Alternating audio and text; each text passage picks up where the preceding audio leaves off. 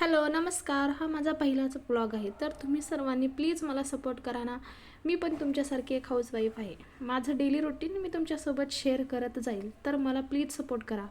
तर माझं आजचं सकाळचं आवरून झाल्यानंतर मी कपडे धुवून घेतले, मग गच्चीवरती वाळू घातले. आज मला बनवायची होती हरभऱ्याची भाजी. आद्विकाच्या बाबांनी मार्केटमधून हरभऱ्याची भाजी आणली होती. गावाकडं तर ते सहज भेटली जाते आपल्या शेतामध्ये, पर इथं तर विकत आणूनच खावं लागत.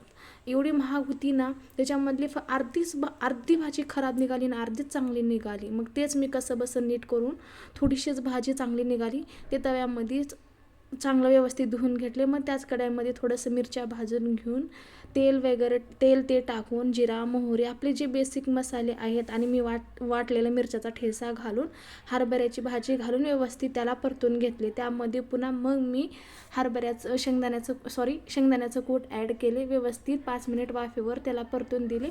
असा होता माझा आजचा दिवस. थँक्यू.